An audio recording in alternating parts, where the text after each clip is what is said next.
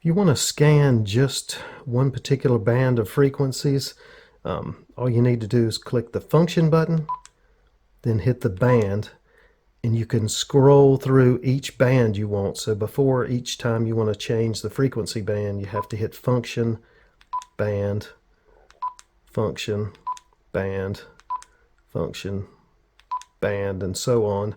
And you can scroll through the different set of the band frequencies that you want to scan. So once you pick which frequency band you want to scan, just hold the scan button in.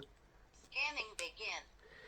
And it'll just start scanning, and it'll stay within that range that you started in. So it'll go between the 55 and 75 range in this scan.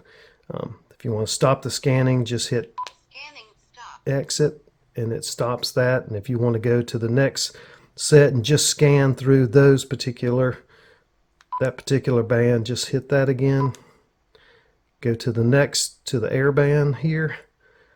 Just hold in the scan button. Scanning begin. And it'll just scan through that set of Airband channels there. And that's all you have to do just to scan a particular band. So it's just nice if you only want to scan through the Airbands. That's all you have to do with the Quansheng K5, 0.8 or K6 radios.